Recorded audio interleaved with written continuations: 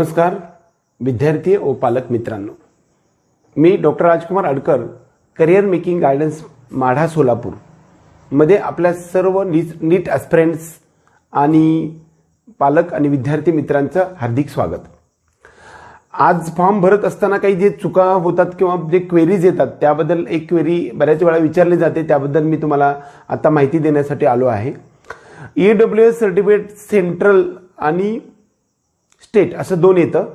तर EWSचं ज्या ठिकाणी ॲनेक्झर A असं येतं ते महाराष्ट्राचं किंवा स्टेटचं आहे, ते या ठिकाणी अपलोड करायचं आणि त्याचा जो नंबर वरती आलेला आहे उजव्या बाजूला तो तिकडे टाकायचा आहे. आणि आता ज्यावेळेस पुढची प्रोसेस चालू होईल त्यावेळेस मात्र EWS सेंट्रलचं आपल्याला अपलोड करायचं आहे. ती प्रक्रिया MCC थ्रू होणारी जी ऑल इंडिया कोट्याची आहे त्यावेळेस त्याचा उपयोग होऊ शकतो.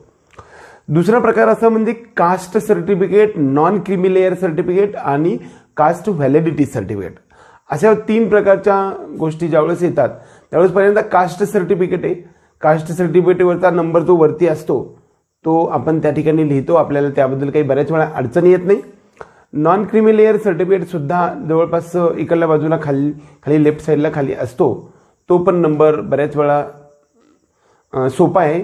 परंतु कास्ट व्हॅलिडिटी सर्टिफिकेटवरती कोणता नंबर व्हायचा असा दिवसभरात 100 माणसांचे फोन आले आणि जो बऱ्याच वेळा क्वेरी राहते त्यामध्ये असं आहे की इकडल्या वरच्या बाजूला कास्ट व्हॅलिडिटीचा नंबर असतो, राईट साईडला वरच्या बाजूला तो नंबर पुढे असतो आणि एच्या पुढचा आकडा नुसता नंबर आपल्याला त्या ठिकाणी लिहायचा आहे.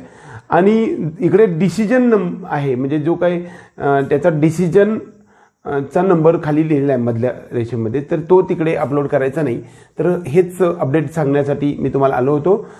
फॉर्म काळजीपूर्वक भरा, स्पेलिंग चुकू देऊ नका, मार्क्स चुकू देऊ नका. फिजिक्स, केमिस्ट्री, बायोलॉजी, इंग्लिश ह्या सर्व विषयांची मार्क्स बरोबर लिहा. त्याच्यामध्ये एडिट करता, पेमेंटचा ऑप्शन करण्याच्या अगोदर प्रत्येक गोष्ट पेजवर जाऊन एडिट करा. एडिट करायचा ऑप्शन असतो. ज्यावेळेस तुम्ही पुढच्या पेजवर जाता त्यावेळेस मागच्या पेजवर येता येत नाही. चुका झाल्या तर बऱ्याच वेळा काही प्रॉब्लेम सॉल्व्ह करता येत नाही. तरी पण आपल्या काही चुकलं असेल तर आम्हाला व्हॉट्सअप करा. अशा प्रकारच्या छोट्या मोठ्या चुका झाल्या असतील तर आम्हाला व्हॉट्सअपच्या माध्यमातून करा. फोन करू नका.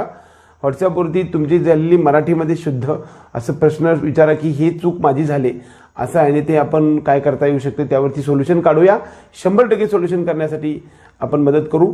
तर ही जी प्रक्रिया आहे 2 दिवस चालेल. याच्यामध्ये खूप वेळा एक अपडेट सांगितला जातो की बऱ्याच मुलांचे जे हे ॲडमिट कार्ड आहे ते हरवलेले आहेत.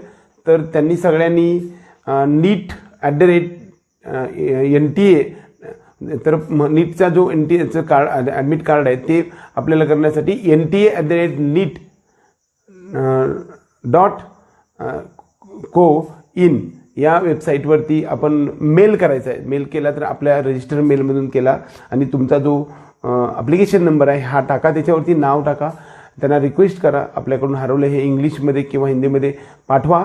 त्यामधून तिकडे रिप्लाय येईल आणि तिथून पुढे 24 तासाच्या आत आपल्याला 100% रिप्लाय येईल. कदाचित जर समजा हे सगळे व्यवस्थित झालं नाही तर एका दिवस डेट एक्सटेंड सुद्धा होऊ शकते. तर याचा अर्थ असा आहे की तुम्ही काही घाबरून जायचं कारण नाही, परंतु असंही अर्थ होत नाही की तुम्ही बऱ्याच वेळा ह्या सगळ्या गोष्टी हरवून जाता आणि त्याच गोष्टी करायची पाळी येते. तर ते चुका होऊ नये अशा प्रकारच्या कन्सेप्ट मला इकडे मांडण्यासाठी मी तुमच्याकडे आलो आहे. तरी पण चुका झाल्या असतील, काही एडिटचा ऑप्शन आपल्याकडून चुकला असेल तर त्यासाठी आपण काहीतरी सोल्युशन 100% करणार आहोत. अशा काही विद्यार्थ्यांना असेल तर मला फोन करू नका. 1, 1, 2, 2, 10, 10 वेळा फोन करू नका. 100% फोन करू नका. तुम्हाला आपल्या व्हॉट्सअप माझ्या या फोनवरती तुम्ही आम्हाला काही तुमच्या क्वेरीज असेल तो व्हॉट्सअपच्या माध्यमातून विचारा. आम्ही त्याचं उत्तर देण्याचा प्रयत्न 100% करू. जय हिंद, जय महाराष्ट्र.